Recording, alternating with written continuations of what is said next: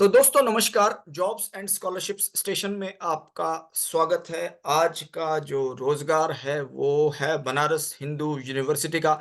Engineers, librarians, assistant librarians, nursing officers की बहुत सारी पोजीशंस निकली हैं। कुल मिला के पोजीशंस हैं 257। अलग अलग पे स्केल्स की हैं। लेवल 13A की कुछ पोजीशंस हैं जो कि एक बहुत सीनियर लेवल होता है। लेवल 10 की है जो एंट्री लेवल असिस्टेंट प्रोफेसर्स का रहता है। लेवल 12 की है पोजीशंस जो डिप्टी लाइब्रेरियंस के लेवल का है। लेवल 11 है और फिर लेवल 7 है जो नर्सिंग ऑफिसर्स के नर्सिस के लेवल का है। 22 जनवरी जो है लास्ट डेट है। इसको आप बड़े गौर से देखिए और रिकॉर्ड कर लीजिए। 22 January is the last date for application. 22 of January 2024 इसको आप लॉक करिए। और अब सीधे चलते हैं और देखते हैं कि एडवर्टाइजमेंट क्या बोल रही है। इसके लिए जाना पड़ेगा गूगल सर के पास। गूगल सर के पास आने के बाद जो विंडो है उसमें टाइप करते हैं बनारस हिंदू यूनिवर्सिटी। ये टाइप पहले से किया हुआ था तो यहाँ पे हम पहुंच जाएंगे उसके टैब पे। बनारस हिंदू यूनिवर्सिटी के टैब पे पहुंच गए। इस टैब पे पहुंचने के बाद इसको जब क्लिक करते हैं तो हम बनारस हिंदू की यूनिवर्सिटी की वेबसाइट पे पहुंच जाएंगे। इस वेबसाइट पे आने के बाद अगर आप थोड़ा सा मैं बड़ा करके दिखाता हूँ। ये ऐसे बड़ा अगर कर दिया हमने ये, तो इसमें हमको एक रिक्रूटमेंट्स वाला टैब मिलता है ऊपर के ही विंड इसमें जो रिबन है इसमें। और इसमें हम लोग जाएंगे रिक्रूटमेंट्स में। रिक्रूटमेंट्स में जब क्लिक करते हैं तो यहाँ पे अलग अलग टाइप की पोजीशंस आ गई। Home teaching, CS, non teaching. तो नॉन टीचिंग पोजीशंस में जब भाई क्लिक करेंगे तो फिर हम पहुंचते हैं इस एडवर्टाइजमेंट में। ये एडवर्टाइजमेंट नंबर 20/2023 और ये आज का ही एडवर्टाइजमेंट है। 29/12/2023 आज 29 तारीख है। और ये जो इसका एप्लीकेशन फी सबमिशन है तो ये जो 29/12/2023 को एक्टिवेट हुआ है। और यहाँ पे हम लोग डिटेल्स के लिए क्लिक कर सकते हैं और आगे अप्लाई करने के लिए क्लिक कर सकते हैं। जब डिटेल्स में क्लिक करेंगे तो हम पहुंच जाएंगे एक पीडीएफ में और ये पीडीएफ क्या बोलता है इसको पढ़ के देखते हैं। डिटेल्ड एडवर्टाइजमेंट इसमें मेंशन है। तो थोड़ा सा आपके कन्वीनियंस के लिए बड़ा कर देता हूँ स्क्रीन साइज ताकि आपको विजिबल हो जाए अच्छे से। तो मैं समझता हूँ हो गया होगा। और ये है भाई एडवर्टाइजमेंट नंबर 20/2023-24। ग्रुप ए और बी की पोजीशंस हैं। और सबसे ऊपर लिखा है इंपॉर्टेंट डेट्स। तो last date of online submission of application form and application fee payment. So 22/1/2024। तो 22 जनवरी 2024 5 बजे शाम को ये last date of online submission है। और last date of submission of downloaded application form along with enclosure. तो उसके बाद आपको एप्लीकेशन डाउनलोड करके फिर दोबारा सबमिट करना होगा। ये सब चीज इसमें लिखा है। और non refundable application fee of ₹1000 shall be paid online by the candidates of unreserved and economically weaker sections and OBC categories of group A for group A posts and ₹500 for candidates of URES, EWS and OBC categories for group B non-teaching positions। तो group A और B वालों को ₹1000 और ₹500 देना होगा अगर आप unreserved category से हैं या EWS या OBC से हैं। तो थोड़ा नीचे स्क्रॉल करते हैं कि इसमें क्या लिखा है। तो online applications are invited from Indian citizens. Indian citizens सब इसमें अप्लाई कर सकते हैं क्योंकि ये सेंट्रल यूनिवर्सिटी है। और non teaching post to be filled under group A and B in different sectors in the university as per the pay levels indicated below. तो पे लेवल इन्होंने नीचे लिखे हैं। ग्रुप ए की पोजीशन है, post code आगे लिखे हैं और पे लेवल लिखे हैं। ये एकेडमिक लेवल 13A है। और एकेडमिक लेवल लेवल 12 और लेवल 11 भी मेंशन्ड है। तो जो लेवल 13A है उसका होता है 1,31,400 से लेके 2,17,000 तक का स्केल रहता है।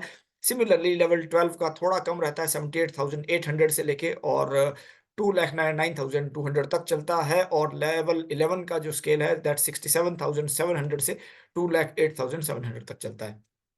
और फिर अगर हम लेवल 10 की बात करें, ये एंट्री लेवल असिस्टेंट प्रोफेसर की पोजीशंस रहती हैं।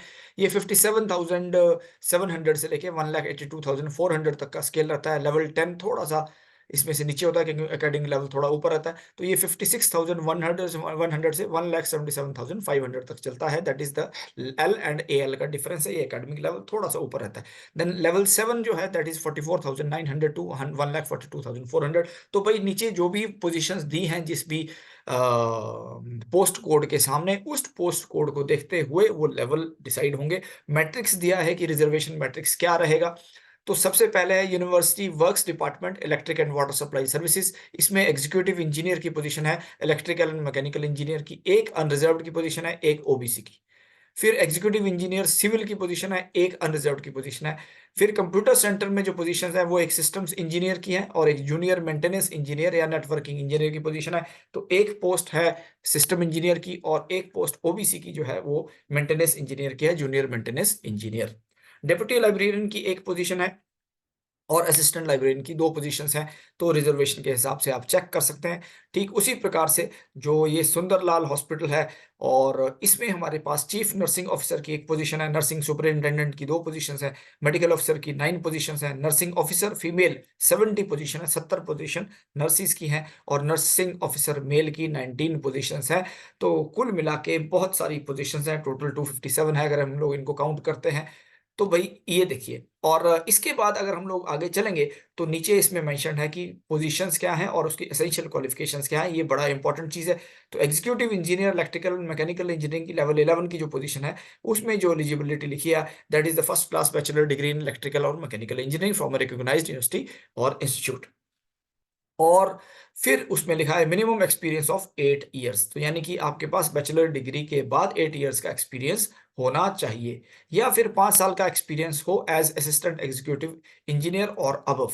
तो ये भी इसमें दूसरा मेंशन है और फिर आगे कुछ डिजायरेबल क्वालिफिकेशन डीक्यू में मेंशन कर रखा है, experience in construction and maintenance of buildings and infrastructure including the internal EI and external electrification systems. तो ये सारी की सारी डिटेल्स इसमें मेंशन है। 45 इयर्स इसके लिए मैक्सिमम एज है। तो भाई लेवल 11 की पोजीशन है, 45 इयर्स इसके लिए मैक्सिमम एज है और एग्जीक्यूटिव इंजीनियर इलेक्ट्रिकल मैकेनिकल की पोजीशन है। तो लेवल अगर हम लोग 11 देखते हैं तो दैट इज द 67,700 से 2,08,700 तक का इसका स्केल है। तो इस प्रकार से this is what is the position.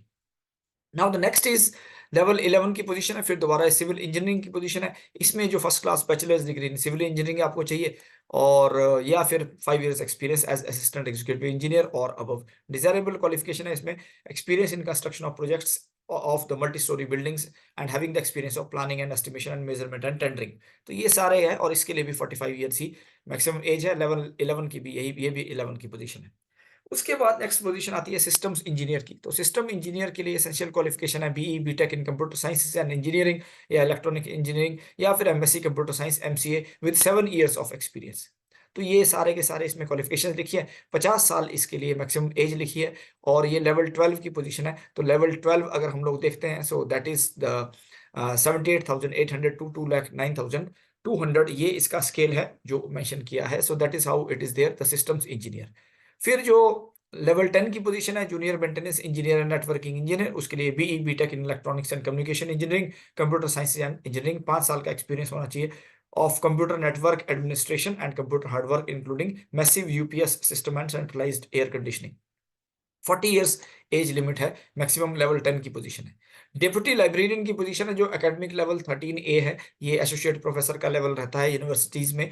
तो डिप्टी लाइब्रेरियन और ये है हमारे पास masters degree in library science and information sciences और documentation sciences with at least 55% marks और फिर 8 years of experience as assistant university librarian और कॉलेज लाइब्रेरियन। ये 8 साल का एक्सपीरियंस इसमें लिखा है और फिर innovative library services including integration of ICT, ये सब चीजें इसमें लिखी हैं। पीएचडी अगर हो तो that is also very important है, PhD degree in library science information sciences documentation, ये सब चीज लिखा है और 50 इयर्स इसका maximum age limit is 50 years. तो ये सीनियर पोजीशन है, तो जो लोग ऑलरेडी एक्सपीरियंस्ड हैं तो 8 साल का एक्सपीरियंस या उससे ज्यादा का एक्सपीरियंस है वही इसके लिए एलिजिबल रहेंगे एज असिस्टेंट लाइब्रेरियन।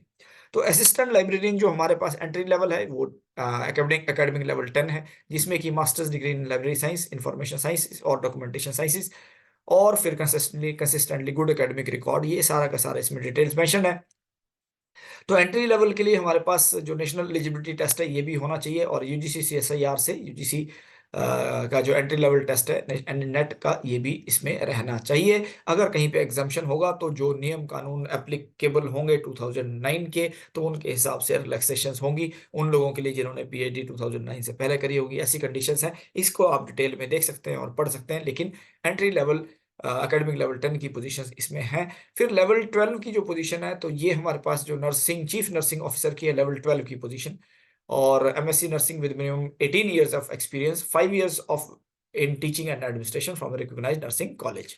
तो ये भाई इसके लिए मेंशन है। फिर नर्सिंग सुपरिटेंडेंट की पोजीशंस हैं जो लेवल 11 की हैं। इसमें MSc in nursing from a recognised nursing college with even 15 years of experience. ये सब चीज़ लिखा है, कितने बेड के हॉस्पिटल में होना चाहिए, ये सारे के सारे डिटेल्स मेंशन है। और मेडिकल ऑफिसर की पोजीशन है जो लेवल 10 की एंट्री लेवल होता है, that is the MBBS with 2 years of clinical experiences. और डिजायरेबल क्वालिफिकेशन है जिन्होंने एमडी किया होगा, एमएस किया होगा, तो that is how it is there.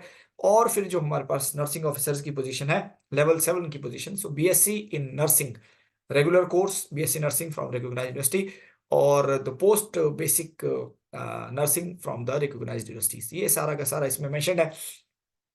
और रजिस्टर्ड एज नर्स और नर्स एंड मिडवाइफ, ये सारा का सारा रजिस्ट्रेशन इसमें होना चाहिए। और तीसरा 1 year experience in minimum 50 bedded hospital, तो 50 बेड के हॉस्पिटल में आपके पास 1 साल का एक्सपीरियंस होना चाहिए। तो इसमें मेल फीमेल के लिए नर्सिंग ऑफिसर्स की पोजीशन है, और सबसे ज्यादा नर्सिंग ऑफिसर की पोजीशन ही इसमें आई है।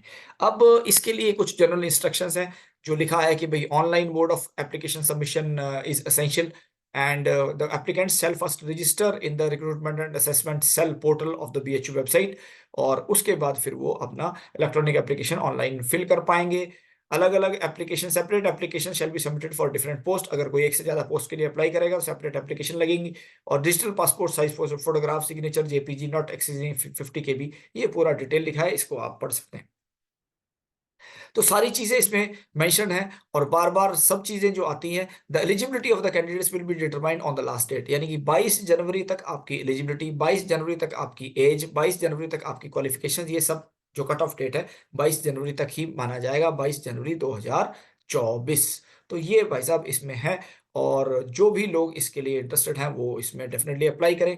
शॉर्ट लिस्टिंग के लिए क्राइटेरिया क्या होगा और क्या एकेडमिक स्कोर कार्ड बनेगा, तो ये सब चीज़ें लिखा है कि 60% सीजीपीए होगा तो क्या स्कोर आपको मिलेगा, फिर एडिशनल पॉइंट कैसे मिलेंगे, ये सब चीज़ें लिखा है। लाइब्रेरी के लिए एक्सपीरियंसेस के पॉइंट्स लिखें। तो ये एनेक्स्चर 1 और एनेक्स्चर जो एनेक्स्चर 1 में सारी की सारी डिटेल्स मेंशन्ड है, अलग अलग पोजीशंस के लिए आपके पास स्क्रीनिंग किस हिसाब से होगी और कैसे आपको वेटेज मिलेगी। तो दोस्तों मैं समझता हूं कि ये वीडियो आपके लिए इंफॉर्मेटिव रहा होगा। 257 पोजीशंस हैं और सारी की सारी पोजीशंस अच्छे लेवल्स की हैं, और एक डाइवर्स फील्ड से लोग हैं, लाइब्रेरियंस भी हैं, अलग अलग इंजीनियर्स भी हैं, civil, mechanical, electrical, electronics, computer science के इंजीनियर्स, और उसके बाद फिर नर्सिंग के स्टाफ्स, लाइब्रेरियन के स्टाफ्स। तो ये सारी की सारी पोजीशंस निकली हैं, और आप इसको एक्सेस कर सकते हैं बीएचयू की वेबसाइट पे। मैंने आपको बता दिया कहाँ पे लिंक मिलेगा, और किसी दूसरी अपॉर्चुनिटी के साथ बहुत जल्दी आपके सामने आऊँगा ताकि आप उसको देख सकें, एक्सेस कर सकें, अप्लाई कर सकें। तब तक के लिए आप अपना ध्यान रखिए। Thank you very much. नमस्कार।